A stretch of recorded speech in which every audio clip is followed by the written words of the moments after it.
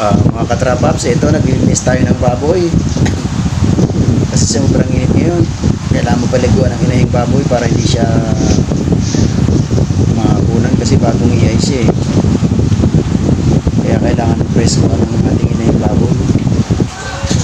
Ito ang ating hanap buhay dito mga katrapaps sa probinsya, mag-alaga ng baboy at ng iba pa, magtanim ng mga gulay. Meron din tayo mga manok dito mga katrapaps. Ito yung anak niya katrapaps ng inahin nating baboy, magdadalawang buwan na siya. Papaliguan din natin kasi sobrang init, baka ma-stroke ang ating mga alagang baboy.